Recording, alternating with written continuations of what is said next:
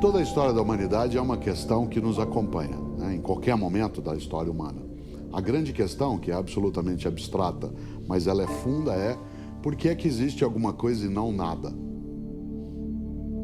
4 grandes foram os caminhos para tentar responder a essa angústia: a ciência, a arte, a filosofia e a religião. Essas 4 áreas, elas se dedicaram a tentar explicar por que é que nós existimos, por que as coisas existem, com uma grande diferença. A ciência procurou trabalhar o como das coisas, isto é, o funcionamento, enquanto que a filosofia, a arte e a religião foram em busca dos porquês. Ambos são necessários, não ao mesmo tempo e não do mesmo modo, mas tanto o como quanto o porquê são necessários.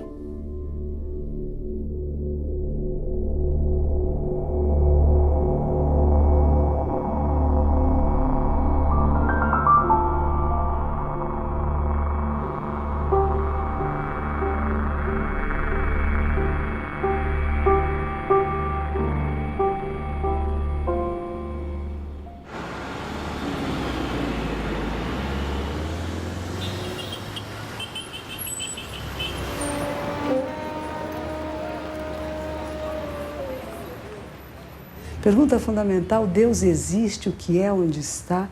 O que estamos fazendo aqui? Para que serve a vida? Quem sou eu? Por que nascemos, morremos? Há significado nisto? Para que tudo isto? É por nada?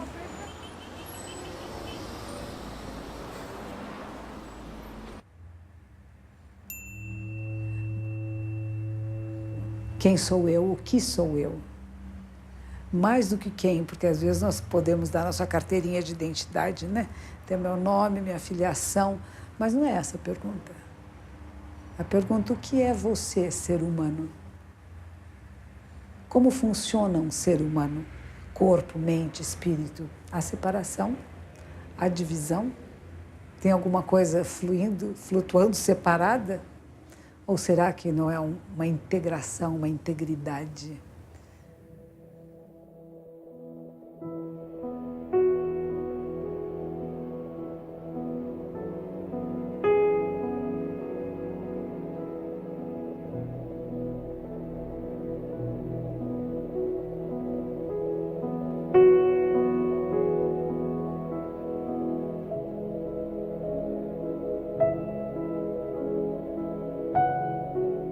Eu estou muito interessado hoje em dia na questão do conhecimento, o quanto a gente pode conhecer sobre o mundo.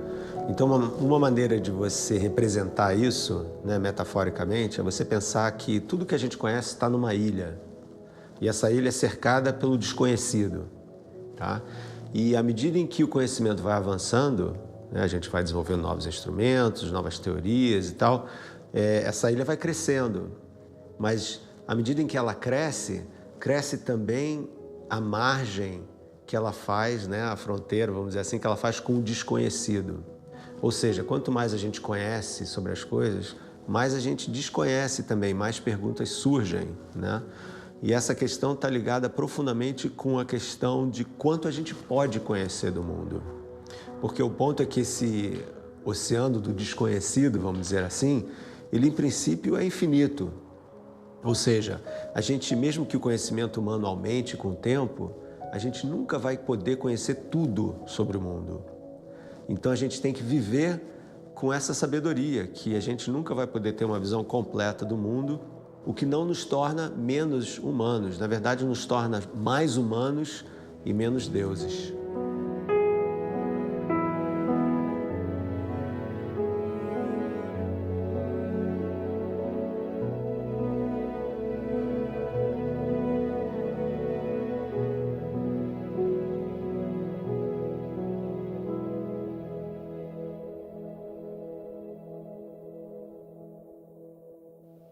Um terapeuta que faça um bom trabalho com seu paciente, inevitavelmente o paciente vai começar a querer ir além, né, do fenômeno material. À medida em que ele se ajusta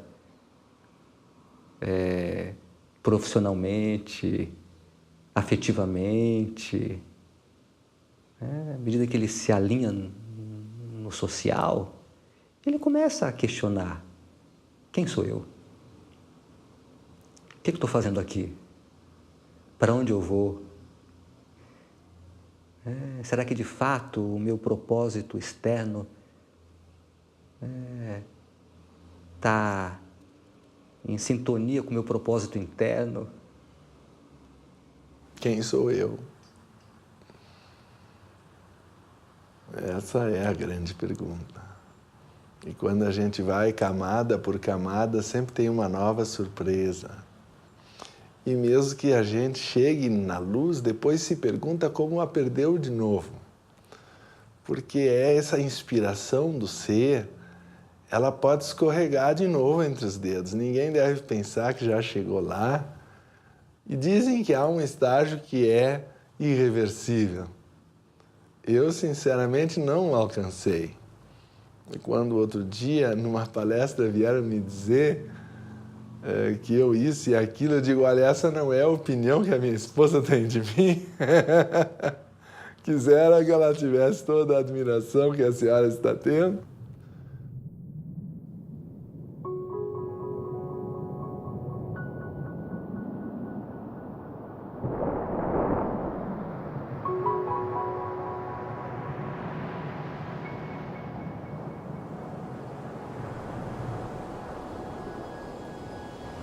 Na minha vida, o meu esporte serve como uma ferramenta de autoconhecimento muito grande. Primeiro, porque para ser profissional e ter um bom rendimento, você precisa se conhecer fisicamente e mentalmente.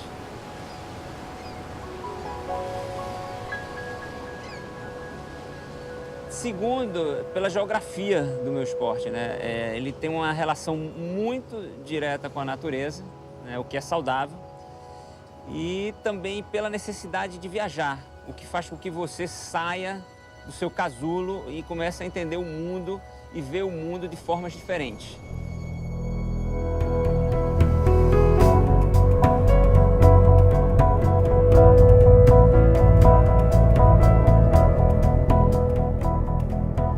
A prática da onda gigante tem a ver com a maneira que eu vejo a vida. Eu gosto de desafios, tá entendendo? Você se expõe de uma maneira louca, você morre. De uma maneira preparada, você aprende.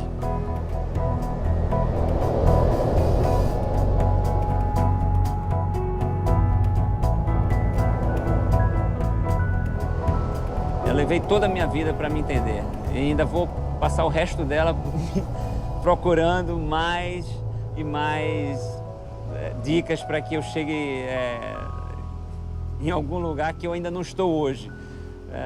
A busca nunca para, a busca é infinita.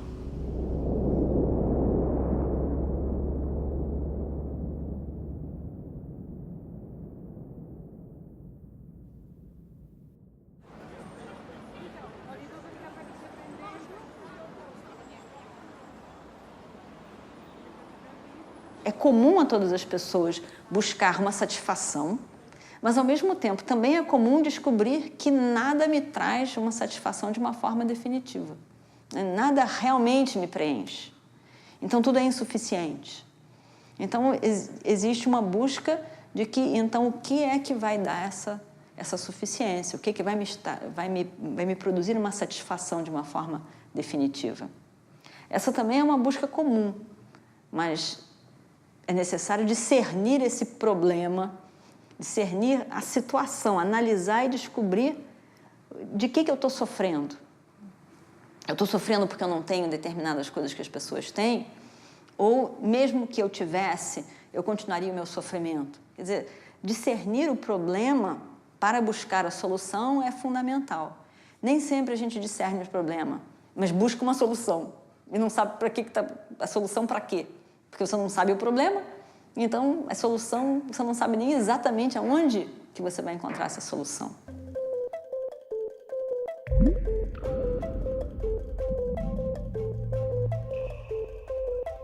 Se nós pensarmos na criação do universo, há 15 bilhões de anos atrás, 15 bilhões de anos e um segundo atrás, não existia nada, de acordo com a teoria científica mais aceita para a criação do universo hoje em dia. Há 15 bilhões de anos surgiu o Big Bang, né? Houve a grande explosão. Então, se nós pensarmos essa grande explosão como uma metáfora de ondas concêntricas, quando você joga uma pedra num lago de águas tranquilas, o que acontece? Você forma ondas concêntricas. Então, pensemos nessa grande cadeia do ser como sendo essas ondas concêntricas, que é o próprio processo evolutivo se desenvolvendo. A primeira onda que se formou é a onda da matéria. A primeira coisa que surgiu após o Big Bang foi matéria. Matéria surgiu sob a forma de energia, matéria, partículas subatômicas, formando átomos, moléculas, galáxias, sóis, etc. E tal. Posteriormente, há 5 bilhões de anos atrás, surgiu a Terra matéria ainda nessa primeira onda. Há 3,5 bilhões de anos atrás, surgiu a segunda onda, essa segunda macro-onda, surgiu a vida na Terra. E essa vida, então, partiu de todo um processo de organismos unicelulares, por uma cadeia filogenética vegetal e animal, até os animais superiores, até os mamíferos superiores. E aí, há cerca de 1 milhão de anos atrás, não é mais bilhão que eu estou falando agora, 1 bilhão, apareceu a terceira onda, que nós chamamos a onda da mente. Então, veja, esse processo de expansão de níveis de consciência vem se dando. A ciência tradicional, atual, para aqui, ela não vai além. Mas você há de convir comigo que nós esse processo não continua, deve continuar. Então existe um quarto nível, que seria um nível do espírito, que seria um nível de transcendência desse nosso nível atual, desse macro nível atual, que é o nosso nível do ego, em que nós nos vemos como uma individualidade. Nós seremos muito mais, nós seremos a nossa individualidade e algo mais. Então, esse é o conceito do grande ninho do ser, que é um conceito que existe desde as tradições de sabedorias antigas e que hoje pode ser feita uma releitura dele através desse processo de conhecimento que a evolução nos trouxe.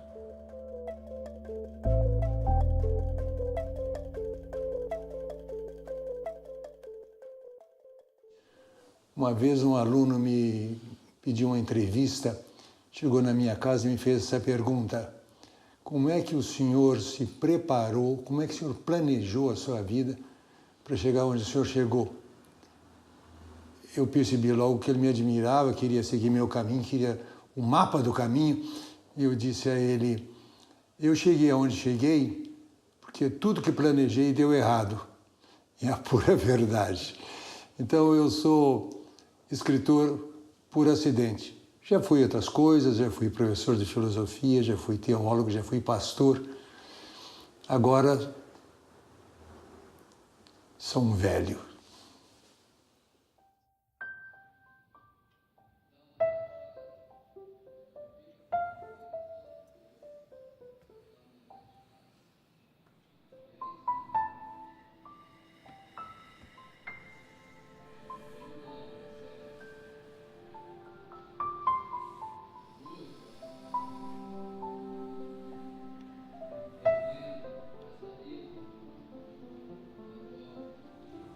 O ser humano não é o corpo. Ele possui o corpo, manobra com o corpo, cuida do corpo, mas ele não é o corpo. Então o yoga é o estilo de vida, você falou bem. É o estilo de vida. E cultiva o corpo, mas cultiva também a mente, trabalha com as energias.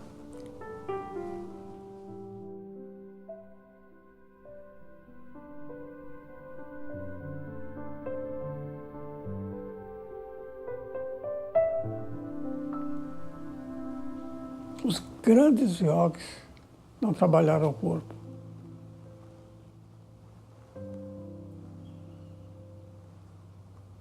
Você viu alguma fotografia do grande yogi Jesus Cristo, de cabeça para baixo? Ninguém viu. Ninguém viu as asanas da devota Santa Teresinha. Ninguém viu. Só realidade. Você não deixa de praticar yoga quando já não tem o corpo. Envelhecido, 89 anos. Eu continuo praticando yoga, mas sem trabalhar o corpo. uma muito pobre concepção do yoga como uma ginástica física. Eleva os braços, alinha os pés, mãos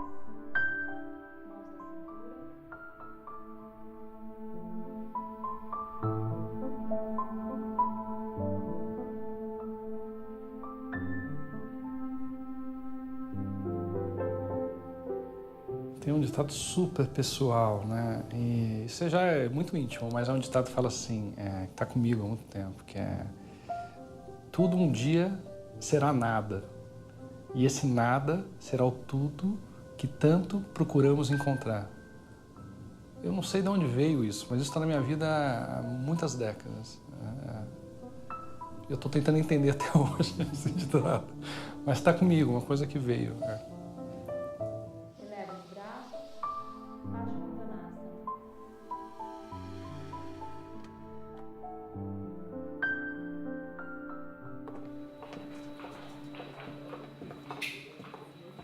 A gente está falando tanto de saúde, de autocuidado, e isso é sair de um processo de passividade, né?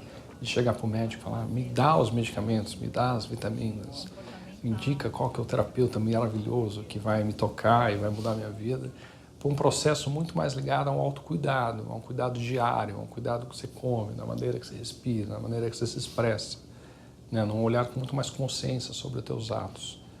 E isso não é muito simples, porque o paciente vem ao médico pedindo, né, o que é tradicional: me tira desse lugar agora, eu quero uma mudança imediata.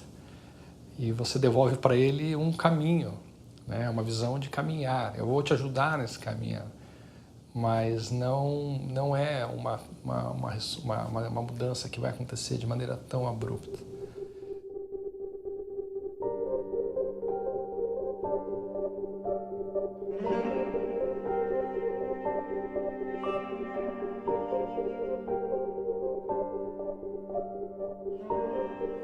Acho que o sentido da vida é a expressão da sua integralidade. Quem sou eu? Onde está a minha expressão aqui? E tentar viver isso, seja lá do tamanho que for, né? Eu acho que tem essa reflexão de chegar num momento que o ser é mais importante do que o fazer apenas. Né? Que o fazer, ele te ajuda a sustentar o ser, mas o ser é a base de todo o processo. Então eu acho que isso é uma busca de autotransformação, de autoconhecimento.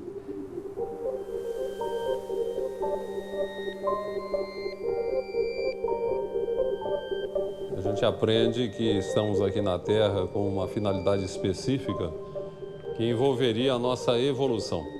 Se alguém me perguntar o que você está fazendo na Terra, a gente aprende que estamos aqui para evoluir, superando as nossas limitações, as nossas dificuldades e problemas de relacionamento, enfim, crescer espiritual, moral, intelectualmente.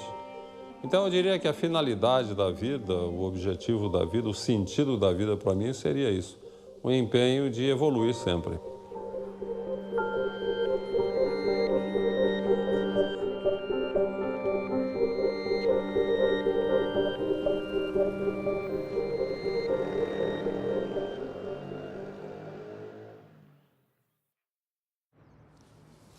Gente, eu sou muito tímida, estou fazendo esforço. Escuta, você quer um copo d'água? Não, eu quero comer minha barrinha. Mas vai, vamos lá. Vamos pau na máquina, vai. Eu vou tomar água. Uma água, quer comer algum? Vou pegar uma barrinha. O pessoal do Big Brother anda com esse negócio aqui grudado, né? Como eles tomam banho, hein, com isso? O sentido da vida varia de acordo com a época da vida.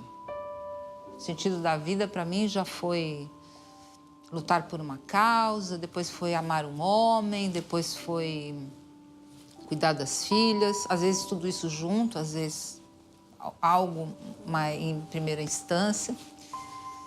Mas, hoje em dia, o sentido da vida é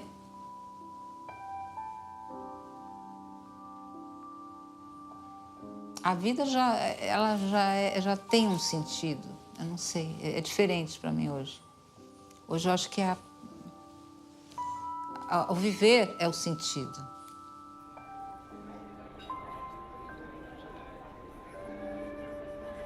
Eu vi uma frase de um pensador francês aqui, entrevistado por algum veículo, algum jornal brasileiro, que ele dizia o seguinte: a vida não tem sentido nenhum, mas não é proibido dar-lhe algum.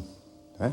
Então, esse eu acho que é um pensamento muito, ao mesmo tempo, libertário e, ao mesmo tempo, que dá seriedade à ideia da vida. Quer dizer, a vida é um projeto individual, né?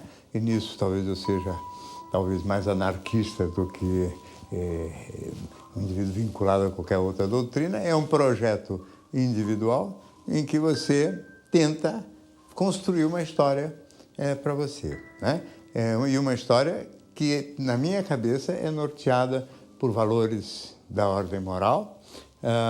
Eu sou muito zeloso desse aspecto vamos dizer assim, da condição humana, e acho que tem que ter alguma ideia também de crescimento pessoal, né? Quer dizer, o sentido da vida é a gente sair daqui 80 anos depois da chegada um pouquinho melhor do que entrou.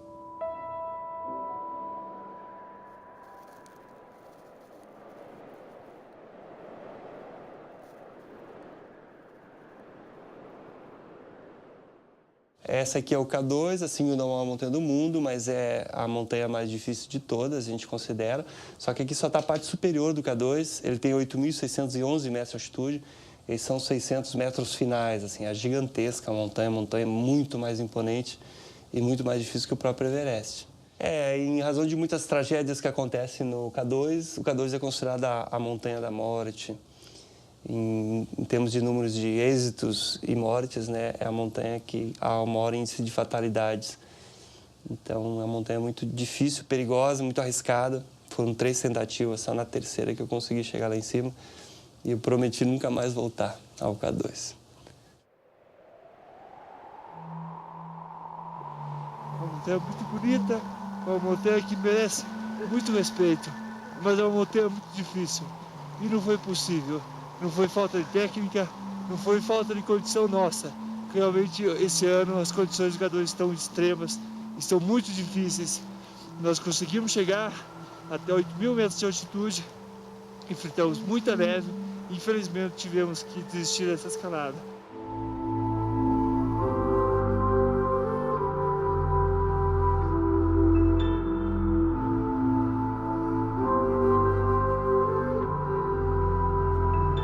A montanha. Eu precisei ir até a montanha para poder me encontrar, para poder me ver, né, diante de um espelho.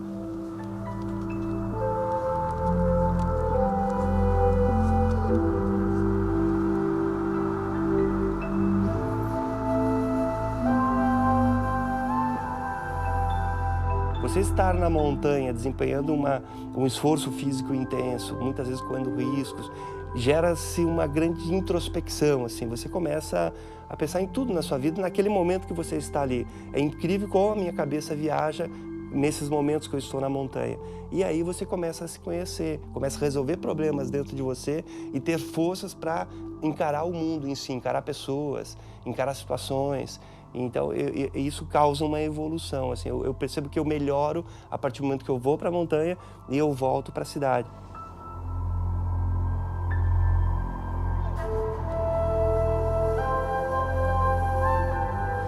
Já chegou gente aqui, mas cadê os teus troféus? Eu não ganho um troféu, uma medalha, por ter chegado no alto de uma montanha. Eu acho que uma das maiores recompensas é aquela vista maravilhosa, porque aquela vista me traz um momento de contemplação. É naquele momento que eu me encontro, naquele momento que eu faço minha comunhão com Deus.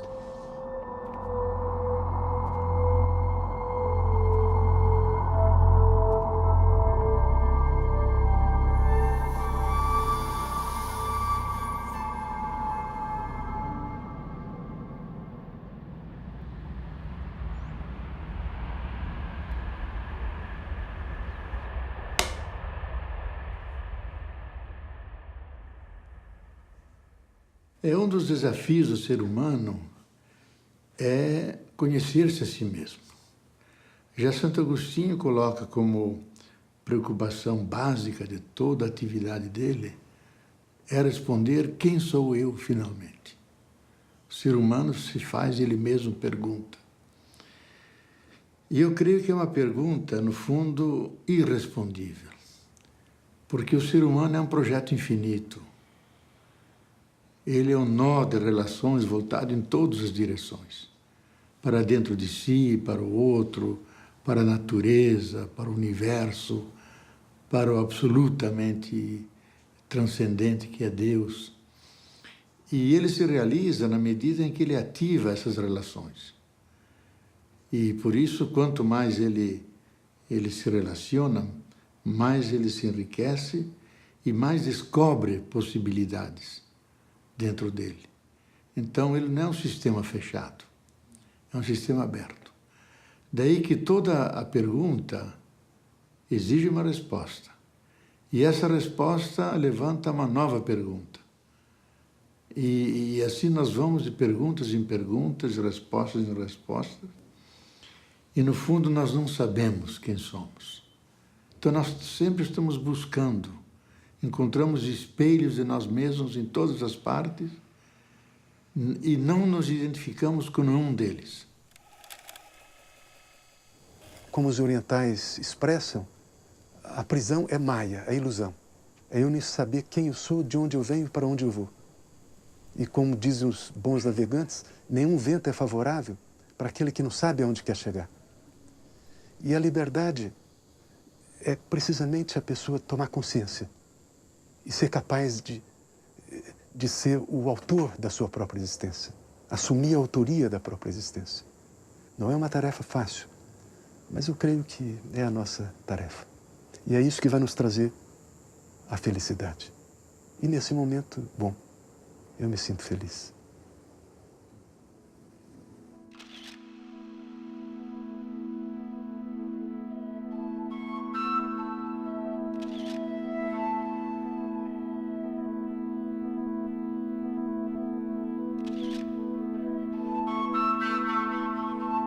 A minha matriz criativa, o meu modelo de universo, a minha compreensão do mundo surgiu andando. Andando pelo agreste do cerrado, né?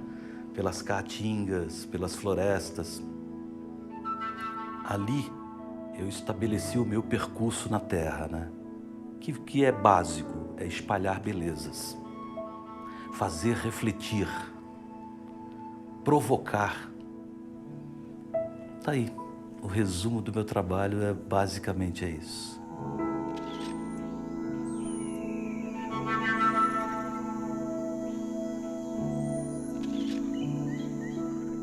O revelador acontece num momento muito fugaz.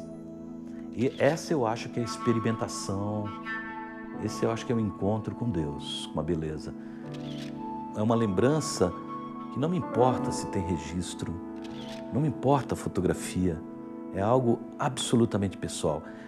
Tem que quebrar essa coisa de que você fotografa para os outros. Não, você fotografa para si. Depois você espalha, entendeu?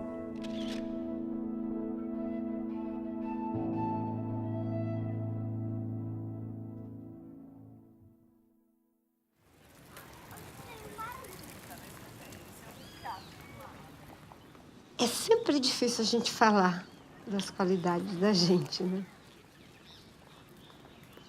Principalmente porque, geralmente, quando você fala de você, aquilo não é exatamente você. Aquilo é o que você quer que as pessoas achem que é você. E é uma armadilha.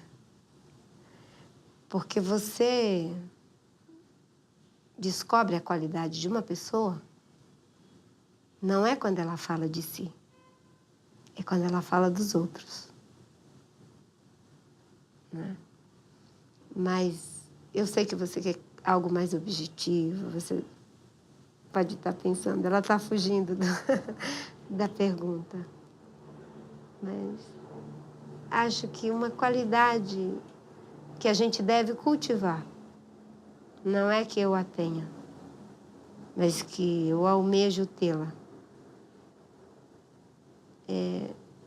saber-me frágil, saber-me incompleta, saber-me faltosa,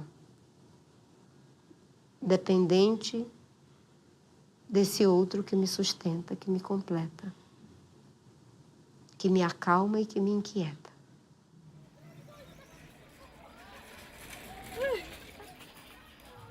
Eu moro no sertão de Pernambuco, numa comunidade rural que se chama Jatiuca, que é um distrito de Santa Cruz da Baixa Verde. Na minha experiência foi isso, né? As mulheres silenciadas pelos pais, pelos maridos, pelos irmãos, sem poder falar. Eu tive que, com elas, junto com elas, recuperar a autoestima. E o que é a importância da autoestima na vida de uma pessoa e na vida de uma mulher e de uma mulher rural? Para mim, quando eu me quero bem, quando eu me respeito, quando eu sei que eu sou um ser importante, eu não permito que ninguém me desrespeite, que ninguém me bata, que ninguém me desvalorize.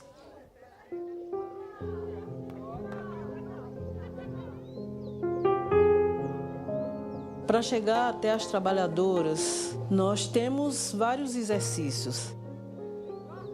E nos exercícios de corpo, quando a gente perguntava, de quem é seu corpo? Elas diziam sempre, é do meu marido, dos meus filhos, o corpo nunca era delas. Aí dava chance, oportunidade para a gente começar a trabalhar, meu corpo é meu. Nem da igreja, nem do Estado, nem dos homens. Meu corpo é meu. Vamos se cumprimentar novamente, né? Sabendo da importância dos nossos corpos, que é com eles que a gente vive, que a gente anda, que a gente se cumprimenta. A gente sempre muda de par. Vamos se cumprimentar com os pés. Nossos pés lindos e maravilhosos que nos conduz, que nos leva para a roça, que com eles nós caminhamos. Nossos lindos pés.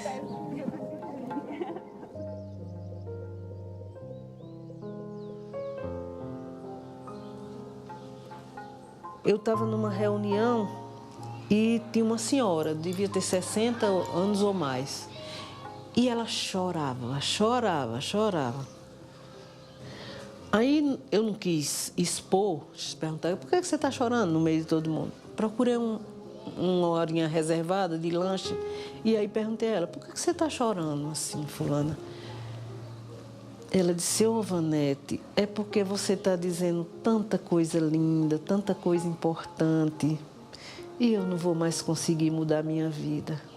É por isso que eu estou chorando. Eu sempre vivi com um marido que é machista, que acha que só ele sabe. E como é que eu vou mudar isso depois que eu tenho filhos e netos? Aí eu disse a ela, não chore não, você pode sim.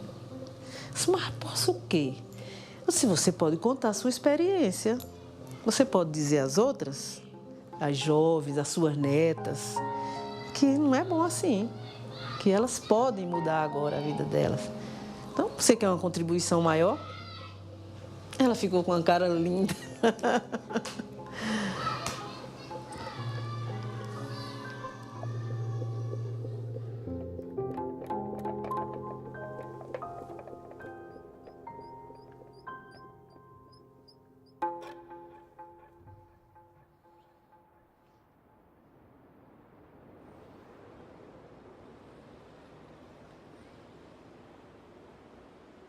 Quando alguém me pergunta, você mudaria algo em você?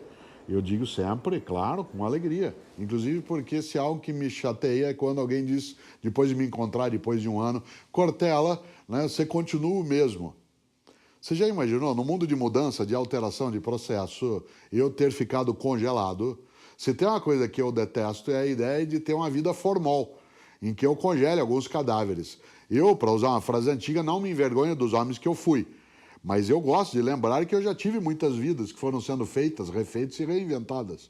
Ao contrário do que muita gente imagina, a gente não nasce pronto e vai se gastando. A gente nasce não pronto e vai se fazendo. Eu não nasci pronto em 1954 e vim me gastando até hoje. Eu nasci não pronto e vim me fazendo. O que nasce pronto é fogão, sapato, geladeira. Esse sim vai envelhecendo. Então eu quero sim mudar várias coisas, quero mudar o meu senso estético, quero ter uma ampliação da minha capacidade de ouvir, de enxergar, de fruir sabores.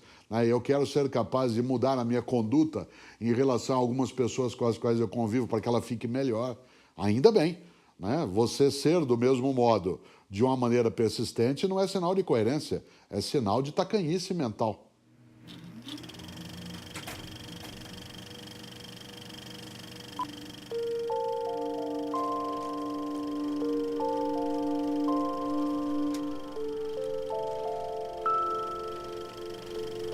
Eu trabalho com cinema, ou seja, eu trabalho com a mentira e ao mesmo tempo com a pura verdade, né? E quando eu tinha 18 anos, eu participei do núcleo de CPT, do Antunes Filho, né, o Centro de Pesquisa Teatral, e eu lembro que lá tinha que cada um recitar uma pequena frase para fazer vários exercícios, né, de teatro, e uma frase que eu gostava, né, de recitar, um poeminha, que é do Fernando Pessoa, que é: o poeta é um fingidor, ele finge tão completamente que chega a fingir que é a dor que devera sente. E isso o tempo inteiro, assim, eu acho que porque eu trabalho com reinventar o mundo, mesmo num documentário você também está reinventando, né? Você está colocando a sua visão, né? Escolhendo quais são os trechos que vão ficar, o que não vai ficar, o que você esquece, né? Então, isso é um tema que o tempo inteiro volta. E eu lembro que eu tive uma crise quando eu estava filmando Chega de Saudade, na primeira semana, e é normal, a primeira semana você ainda... Que filme é esse? Você está descobrindo linguagem, descobrindo os atores, descobrindo a equipe, né? A engrenagem ainda não está funcionando. E eu lembro de manhã cedinho, 5h30 da manhã, tendo que ir para o set de filmagem, eu no hall de casa, no elevador, eu empaquei, não conseguia sair e tive essa crise existencial que era: por que eu escolhi uma profissão que eu fico reinventando a vida? Quem sou eu para dizer o que é a vida, né? É uma profissão maluca e não vejo sentido nisso. Eu acho que é mais importante eu viver a vida de verdade, eu mesma viver as experiências, do que eu ficar dizendo como tem que ser. E aí o Luiz, meu marido e roteirista, quando ele percebeu que eu ia engatar nisso, ele falou: tá bom, ok, tem uma van te esperando lá embaixo, depois a gente continua a conversa. E ele cortou, porque naquele momento realmente era um questionamento profundo mesmo, do porquê tanto investimento para reinventar a verdade.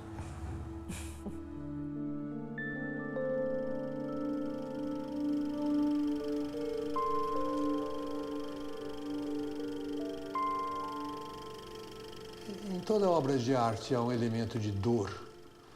A gente produz a beleza para lutar contra a tragédia.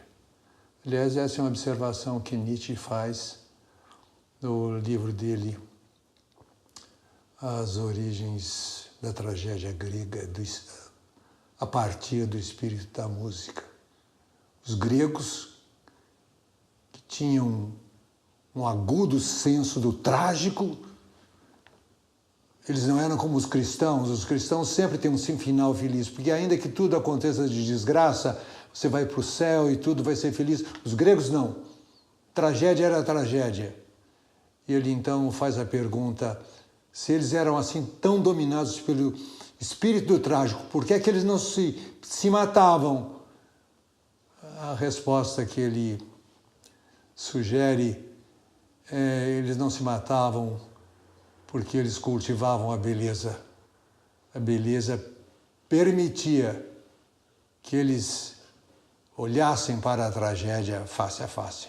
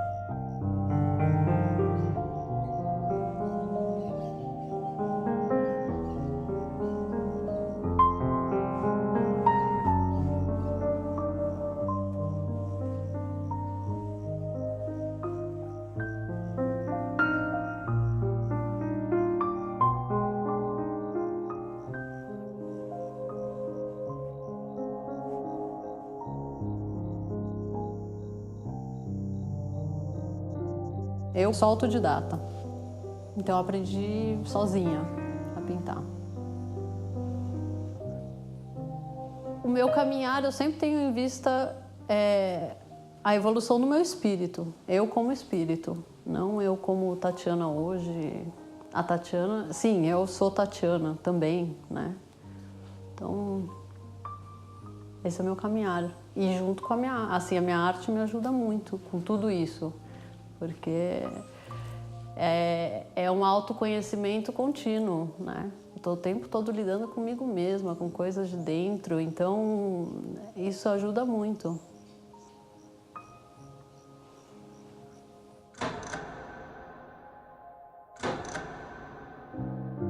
Eu nunca passo impune por um trabalho. A gente vira um canal e recebe uma coisa que é da humanidade, que é da existência da vida. Assim, você vai receber a força de um vulcão, muitas vezes, dentro de você. Vai deixar que passe. A experiência que eu tenho no meu trabalho, a minha preparação também é sempre de um esvaziamento no começo, abrir espaço. E o quanto eu dou conta, tecnicamente, é deixar que isso venha e me utilize. Em alguns trabalhos eu sou mais feliz nesse exercício. Alguns trabalhos onde há mais tempo, onde há, sei lá, onde há um ritual mais cuidadoso, você consegue se esvaziar plenamente, a coisa passa por você e você realmente se surpreende o tempo inteiro com o que está vindo. Isso é muito, acho, e é onde o teu ego não vai interferir. E aí é muito legal, sinceramente, por mais louca que seja a energia que for passar por você, é muito interessante. É você abrir o teu inconsciente. Aquilo que você experimenta no sonho, você experimenta na vida, você experimenta na arte, você experimenta na atuação. Essa liberdade, essa não repressão que existe no sonho, sabe? O palco te permite isso. Coisas que às vezes no cotidiano, né? Você indo no mercado, conversando com pessoas, isso é mais difícil.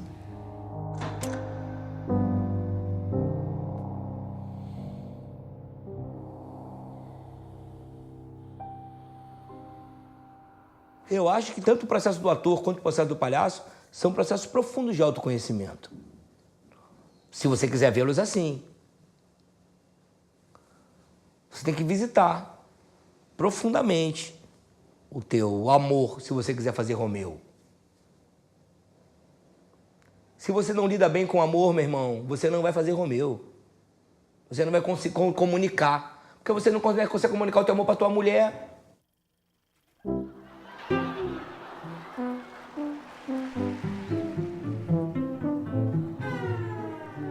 O circo é um espetáculo que desafia a lei da gravidade, né, cara?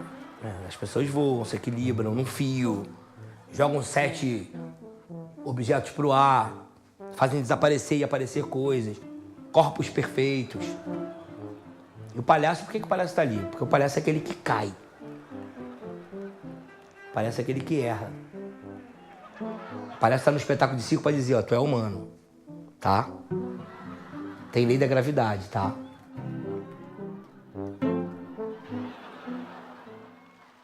O que faz o palhaço derrubar tudo? O que faz ele bater com a cabeça na parede? O que faz ele cair no buraco? Por quê? Ser quem você é, então eu sou aquilo lá. E ser o que eu quero que os outros querem que eu seja. Aí eu estou indo para lá, porque eles querem para lá. Aí eu derrubo o microfone. Isso é o palhaço. Isso é a técnica da palhaçaria. Então não, eu vou para lá porque lá está o meu sonho, mas ali aí a coisa me chamou. Aí eu derrubo a moça, eu derrubo o garçom. O erro. O erro é a nobre arte do palhaço. A imperfeição. A aceitação da sua inadequação. Eu sou inadequado. E agora? Vai deprimir? Por causa disso ou vai rir?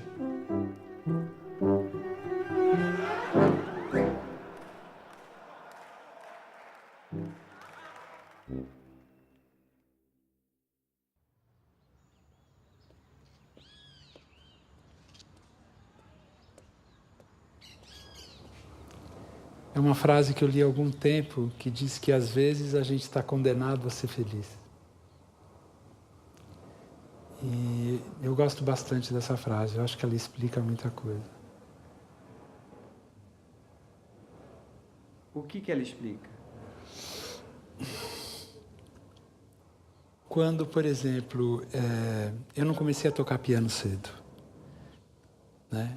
E eu decidi que eu queria tocar piano um pouco mais tarde, com 18 anos, que eu realmente queria ser pianista.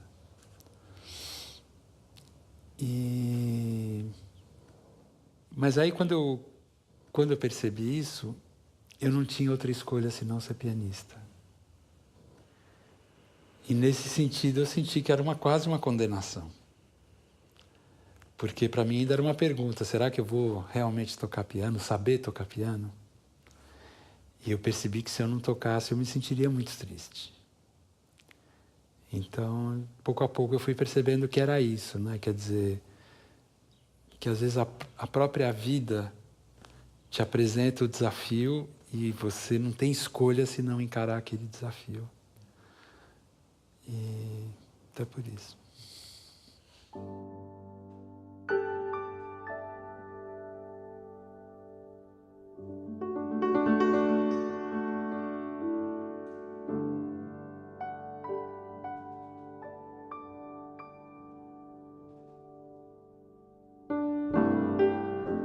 Se a felicidade tivesse um som, seria o silêncio. Mas também, eu acho que a música de Bach, trechos da Nona Sinfonia, trechos de um octeto de cordas do Mendelssohn, trechos de manifestações populares de diferentes lugares do mundo. Uma criança que nasce, né? São várias coisas.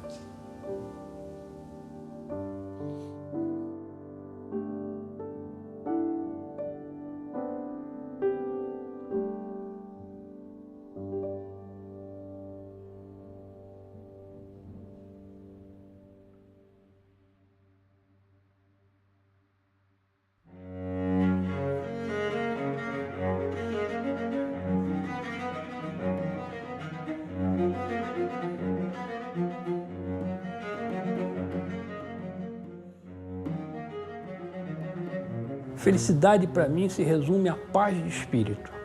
Se você conseguir ter uma paz interior, você é feliz. Enquanto nós não temos essa paz interior, nós não somos felizes.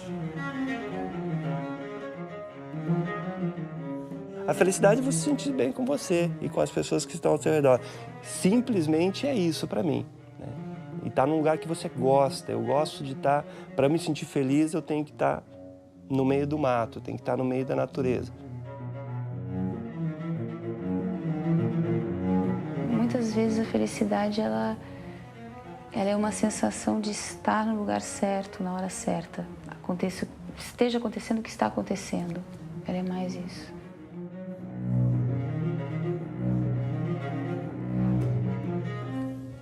Essa possibilidade de ser, sem tentar manipular a vida, sem tentar, né, ir para a ação, ir para o fazer o tempo inteiro. Estar livre de um desejo de chegar a alguma coisa. Então, relaxar essa busca básica de que falta alguma coisa e nem eu sei o que é, ou então eu sei o que é, mas não consigo chegar. A minha felicidade depende também da felicidade de muita gente. Depende da felicidade do meu marido, da minha família, meus amigos. Eu acho que é muito difícil você ser feliz sem comida, sem um abrigo, doente, sem ajuda. Eu acho bem difícil. Eu acho que o mínimo tem que ter.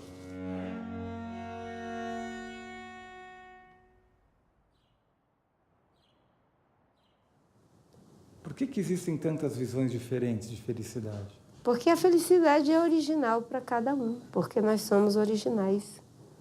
Nós somos únicos, ainda que iguais. E acho que a beleza da condição humana é essa possibilidade de você ser completamente original e completamente igual. É um paradoxo. E é por isso que cada um vai dar uma resposta diferente sobre felicidade. A vida, através da natureza, manifesta o tempo todo felicidade.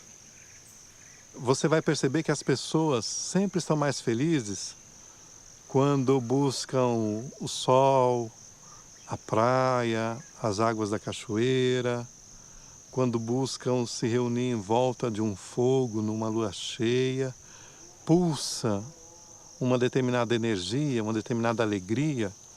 A felicidade não exige dinheiro, a felicidade não exige status para se manifestar, a felicidade não exige oferendas, a felicidade não exige um curso de MBA e ela não exige nenhuma formação.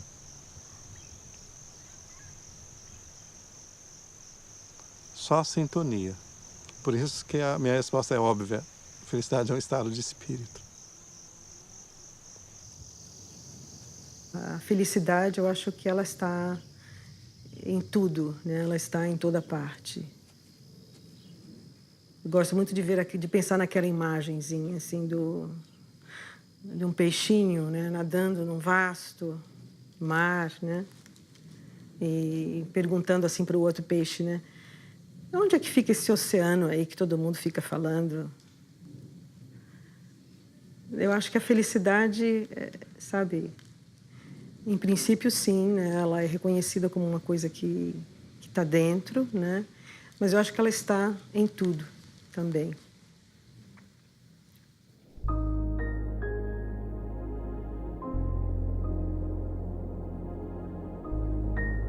O nosso estado natural é um estado de felicidade.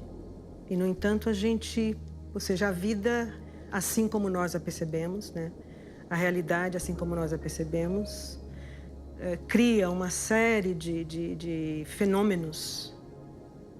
E esses fenômenos é que nos impressionam mais do que a felicidade. Então nós somos como que pessoas assim que se impressionam muito mais com os fenômenos que vão acontecendo à nossa volta do que exatamente, né, de perceber que a felicidade nunca deixa de se oferecer a si mesma para nós. Então, se a gente tirasse os véus, né, dos fenômenos que nos circundam, eu acho que a gente viveria num campo de felicidade.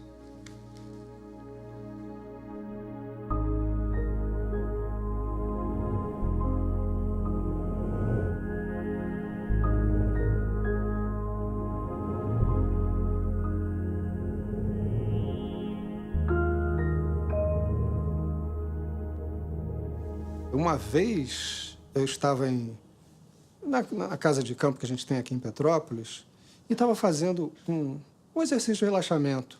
Eu gosto muito de lá, a gente tem uma piscina que é de água natural, ou seja, a água entra de um lado e sai do outro, nunca levou uma dose de cloro ou de nenhum tipo de aditivo químico. É uma piscina, quase que um açudezinho, cavada na pedra, com água puríssima que entra de um lado e sai do outro. Então eu gosto muito de programado que tem ali em volta para fazer exercícios respiratórios, meditação. E num desses exercícios respiratórios, pranayama, como chamam os hindus, eu tive aquela sensação de que eu estava lá dentro de mim, lá no fundo de mim, nessa parte que era pura luz. E que era absolutamente indiferente às circunstâncias do mundo ao meu redor. Então foi basicamente isso, quer dizer, não foi algo que eu fui buscar, de não, agora eu vou entrar em contato com o meu eu superior, nada disso. Eu fui fazer um exercício que eu faço quase todo dia, e principalmente quando eu estou lá em cima, que o ar é ainda mais puro do que o ar aqui da cidade, né? E fui surpreendido com essa epifania, com esse insight momentâneo ali, que ficou marcado para sempre em mim.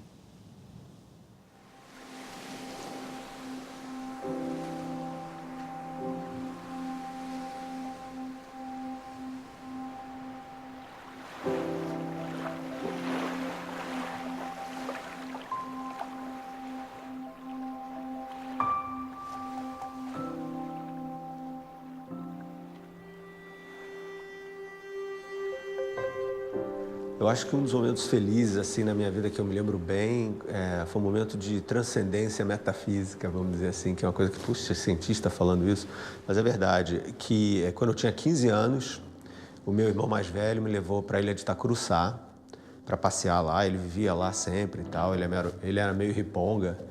Daí ele me levou para lá e me falou, ó, fica aí sentado nessa pedra, chamava Pedra da Baleia, que é um pedrão, um granito enorme, de uns 5 metros, tinha uma escadinha e tal para você subir.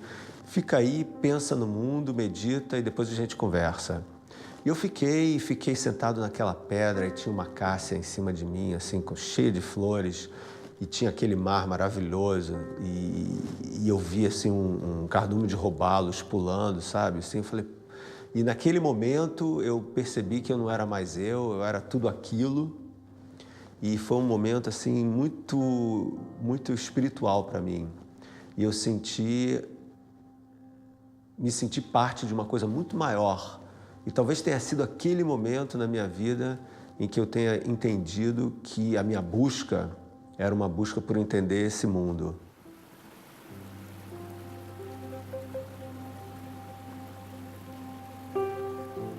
Eu me considero feliz e sou extremamente inquieto. E curiosamente, quando eu entro na mata, às vezes eu fico completamente em transe, às vezes eu fico completamente em silêncio.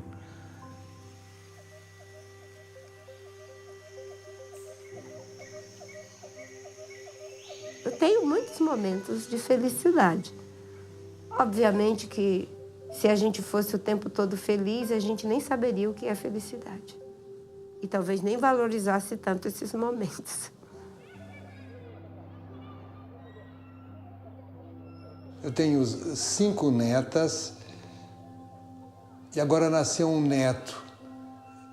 Eu com aquela criança de 7 meses nos braços, tão sorridente, aquilo me dá uma felicidade tão grande.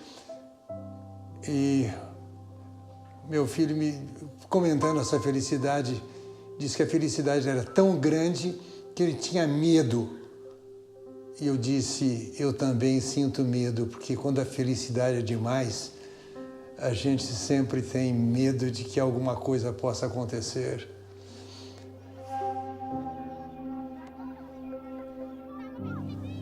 Ainda que pareça paradoxal, que realmente o ser humano morre de medo da felicidade. Né? É como se uma iminência de tragédia chegasse perto de nós cada vez que nos sentimos muito felizes. O medo da felicidade é o medo, evidentemente, de perder a felicidade, mas parece que a chance de que isso aconteça aumenta muito justamente quando a gente está muito feliz.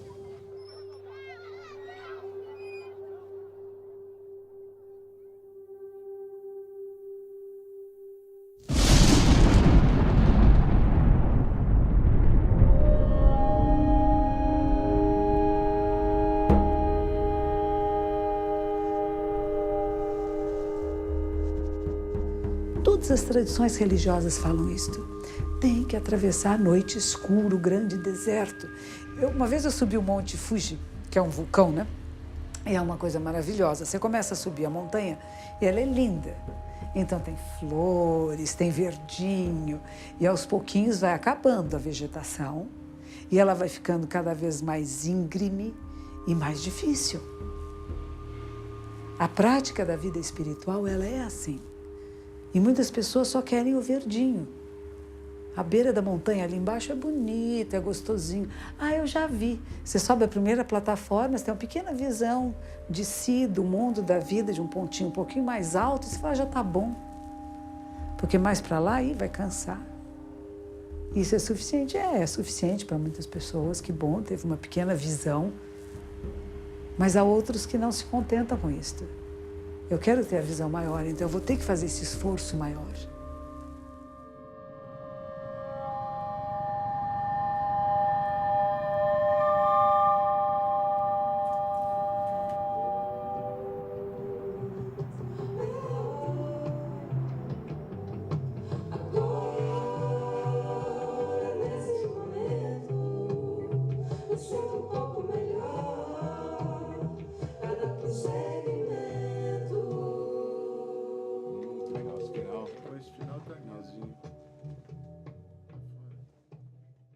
acredito mesmo que as grandes descobertas do homem para com ele mesmo não precisam de um grande telescópio, de um grande microscópio ou de uma caverna numa montanha para ele se encontrar com ele mesmo.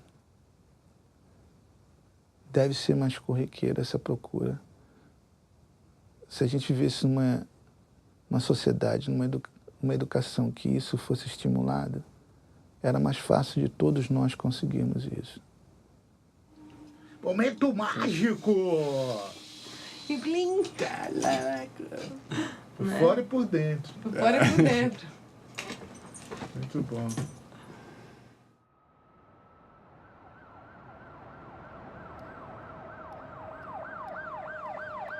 Eu tomei 3 tiros no mesmo braço e isso lesionou ele, mas não foi neurologicamente, foi muscular, foi uma lesão muscular. Agora, eu tive um pulmão perfurado e tive balas que afetaram a minha coluna. Elas não chegaram a machucar diretamente, mas só o calor e a vibração já lesiona. Então eu fiquei... A minha lesão foi T4, uma lesão mais ou menos à altura aqui do peito. Depois ela desceu, depois do período de choque medular, como eles chamam, a lesão desceu bastante. Eu não ando e, por não ter seccionado a medula direto, eu também sinto muitas dores.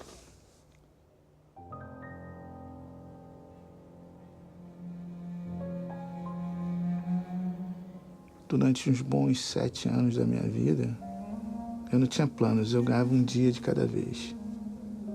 Eu pensava em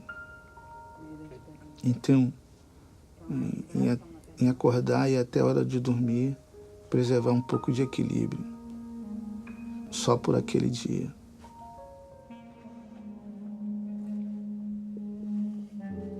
Tem uma frase do Gandhi que diz que nossa raiva contida é capaz de mover o mundo. Eu acho que, quando eu falo dessa raiva, é você pegar aqueles sentimentos que não são tão nobres seu e canalizar, usar aquilo, fazer um moinho de vento com aquilo, pegar aquela tempestade interna e gerar um outro tipo de energia.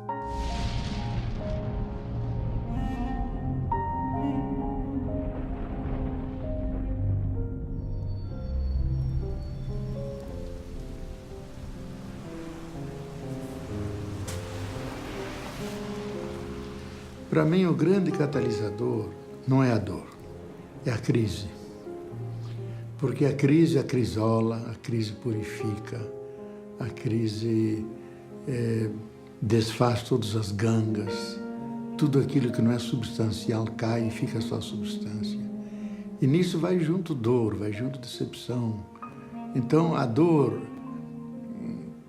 ela está a serviço, ou ela está dentro de um complexo muito mais vasto.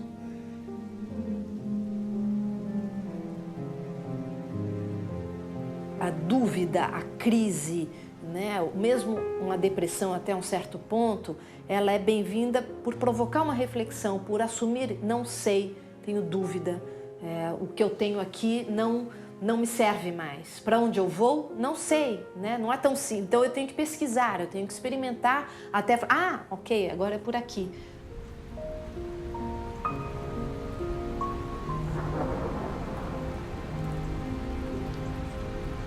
A vida é claros e escuros, né? Quem, por exemplo, tem pânico de trovão, sofre com a chuva, né? Mas se cabe o trovão, a chuva está tudo ok, né? E se você está fora da cidade, no campo, a chuva é muito bem-vinda, né? Então sempre vai depender, né?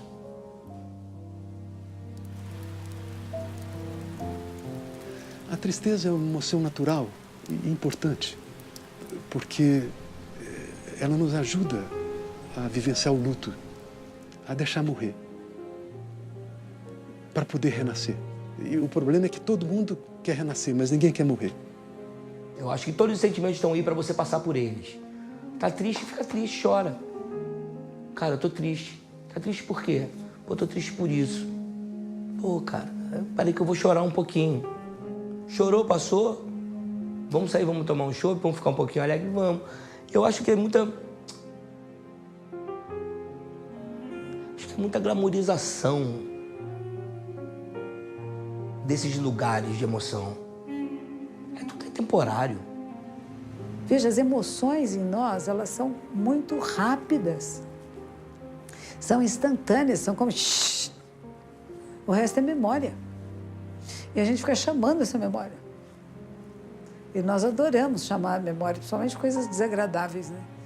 É aquela história que eu gosto muito dos dois monges atravessando o rio. E um deles ajuda uma jovem a atravessar. E os monges faziam o voto de não tocar em mulheres, né? E que um deles, uma hora depois, bravo, você carregou aquela moça. Disse assim, mas eu deixei ela lá. E você continua carregando. Então, às vezes, nós temos problemas, dificuldades. E abre mão. É difícil esse abrir mão. Mas isso é um dos ensinamentos principais. Quando a gente abre as mãos, nela cabe todo o universo. Quando nós seguramos alguma coisa, nós nos limitamos. E, às vezes, nós seguramos a dor, o sofrimento. Eu sofro mais do que você. Você não entende a minha dor. Como não?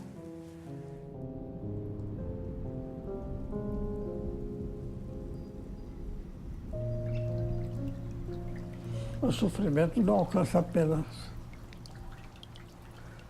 os maus, os perversos. O sofrimento alcança os bons. Então, aproveite o sofrimento e veja a lição que ele vai trazer. Isso que nós estamos usando agora é yoga. Procurar ter uma visão mais verdadeira, mais bela das coisas.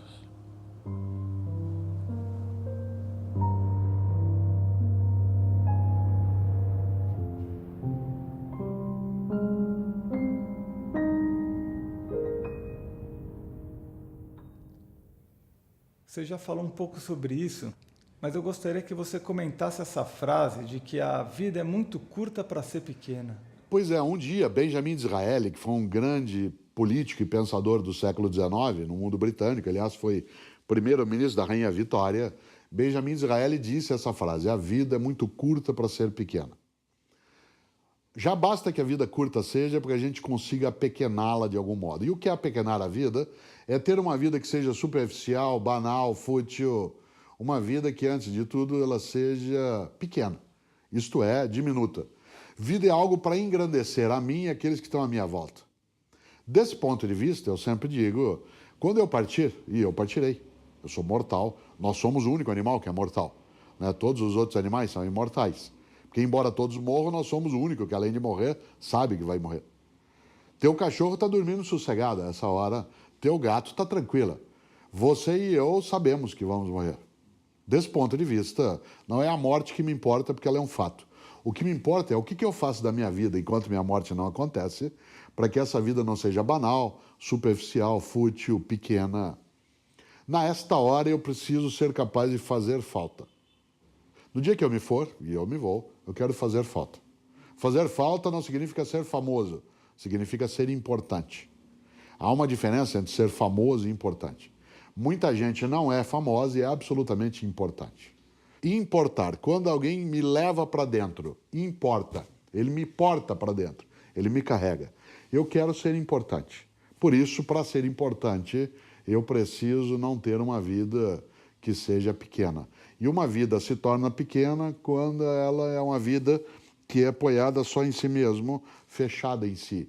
Eu preciso transbordar, ir além da minha borda. Preciso me comunicar, preciso me juntar, preciso me repartir. Nesta hora, minha vida, que sem dúvida ela é curta, eu desejo que ela não seja pequena.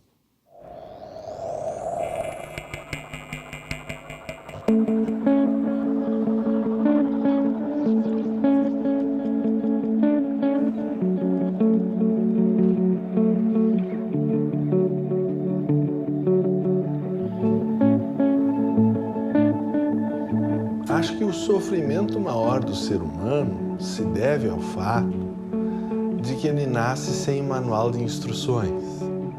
Por não saber como ele mesmo funciona, ele sofre. A causa do sofrimento, a causa do mal, é a ignorância. Então nada pode ser mais importante do que algo que nos liberte do sofrimento. Sem o autoconhecimento, como é que nós vamos nos libertar se nós causamos o nosso próprio sofrimento por ignorância?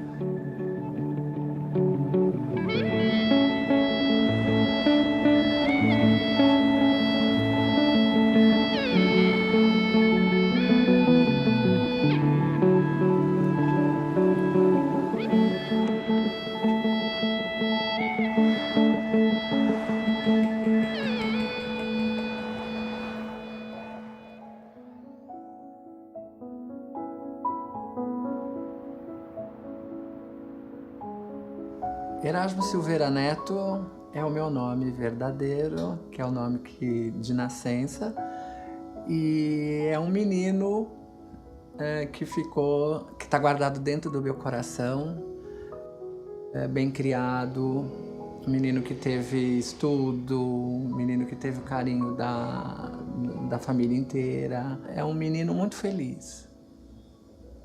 Então por isso que a Greta tem bastante saudade disso.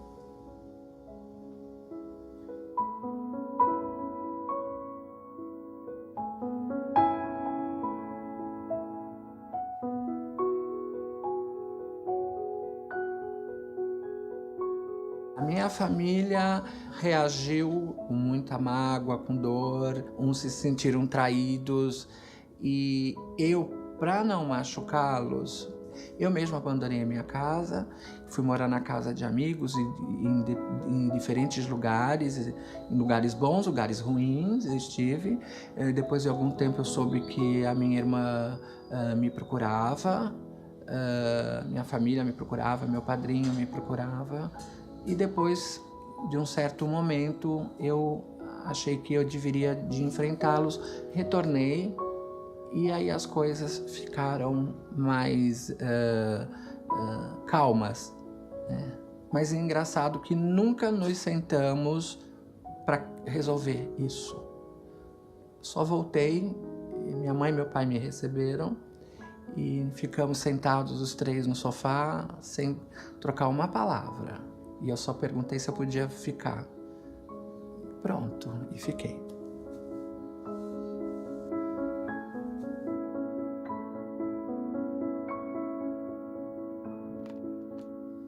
Para mim, o autoconhecimento foi um processo libertador. E, na verdade, ele até continua. Eu não consigo, mesmo com os 55 anos que eu tenho hoje, eu não consigo me situar de transexual, de travesti ou de homossexual. Então, é uma pergunta que quando me fazem, eu nunca sei responder. A única coisa que eu sei dizer é que eu sou um ser humano e eu me sinto super normal. Para mim, na minha visão, e sei que não é normal na visão de outras pessoas. Isso eu sei, eu tenho conhecimento disso pelo preconceito, pelas coisas que as barreiras, obstáculos que a gente encontrou no meio disso tudo. Mas eu mesmo não me classifico.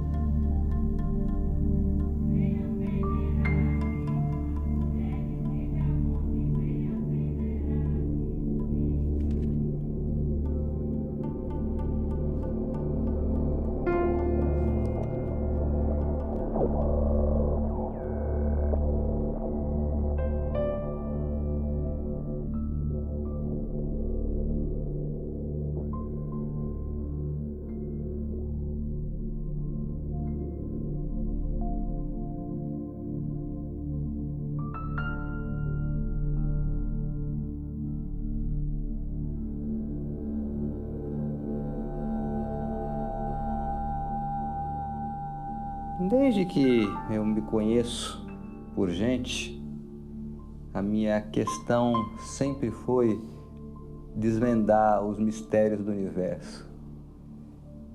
Eu ainda era uma criança, com 7 anos, e eu perguntava: mãe, quem foi que fez o mundo? Foi Deus. Mas quem foi que fez Deus? Não pensa nisso que você fica louco. Isso aguçou minha curiosidade. Eu entendi que esse era o objetivo da minha vida.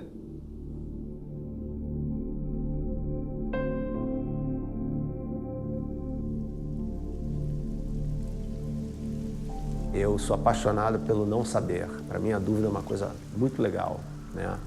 E então, mas você não acha que a gente precisa saber tudo? Não, a gente não precisa saber tudo. Eu acho que a gente precisa saber.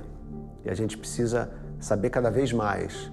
Que o que importa, na verdade, é o querer saber e não o responder tudo. Essa diferença, para mim, é essencial.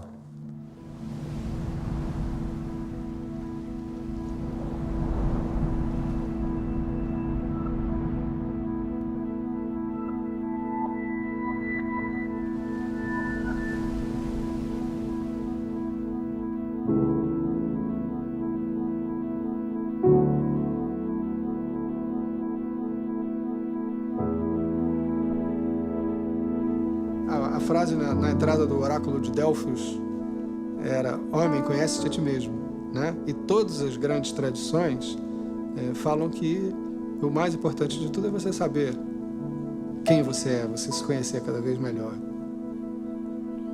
A gente fala isso, de como é que eu posso fazer com que o maior número de seres entre no caminho, na verdade, etc. E ao mesmo tempo, quanto mais você quiser empurrar alguém pela porta, mais essa pessoa se afasta. Então, na verdade, a gente não pode fazer nada. A gente acha que está fazendo, isso ainda é o falso eu, né? Não há nada que você possa fazer, você pode apenas apontar. Existe uma porta, existe um caminho, mas cada pessoa tem que trilhá-lo. As pessoas estão esperando por uma estação para serem felizes. Então, quando eu crescer, quando eu me formar, quando eu me casar, quando eu tiver filhos, quando eu tiver dinheiro, quando eu tiver um patrimônio, quando eu tiver saúde. Então, as pessoas estão sempre transferindo a felicidade para uma próxima estação e por isso não são felizes. Então, esse ditado eu acho muito acertado. Não é uma estação, é uma maneira de viajar. Eu acho que a gente tem que pensar no caminho. Eu comecei a pensar que era possível ser feliz na cadeira de roda, como quando eu pensei não em chegar a ser feliz, mas quando eu vi que ser feliz é justamente não abrir mão do caminho até lá, do caminho até a felicidade. Se vou chegar, não sei, mas eu finalmente tenho o meu caminho. E esse meu caminho já é melhor do que ficar parado. A satisfação não está apenas em chegar no alto da montanha. O aprendizado, o conhecimento, você adquire justamente em olhar para os lados nessa escalada. E você ter a percepção que a escalada não é o topo da montanha, mas sim esse caminho até o alto da montanha. O movimento da vida é da eterna despedida, né? Assim, é sair do útero e para caminhar com as próprias pernas, literalmente, né? E eu lembro que a nossa filha, ela tinha acho que uns 2 anos de idade, começando a andar ainda, e eu dei de presente para ela uma mochilinha. E o Luiz falou: uma mochila, Laís, já? Que é o símbolo, né, dos mochileiros que vão por aí, né? Mas com 2 anos é muito cedo uma mochila. Mas é isso, né? A vida é uma eterna mochila. Pega a tua mochila e vai, né?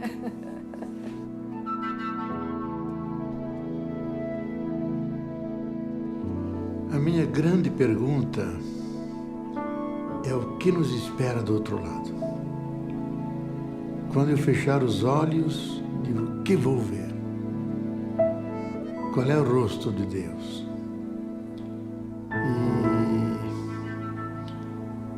E finalmente, quem é esse mistério?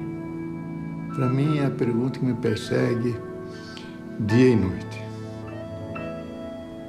Qual é a minha essência? Quem sou eu? Essa é a grande pergunta. Duvido que haja alguma maior, porque todas as outras giram em torno dela. Suponhamos que fosse quem é Deus, mas no fim, quem sabe as duas são a mesma? Quem sabe a essência do ser é Deus? Quem sou eu? Quem sou eu?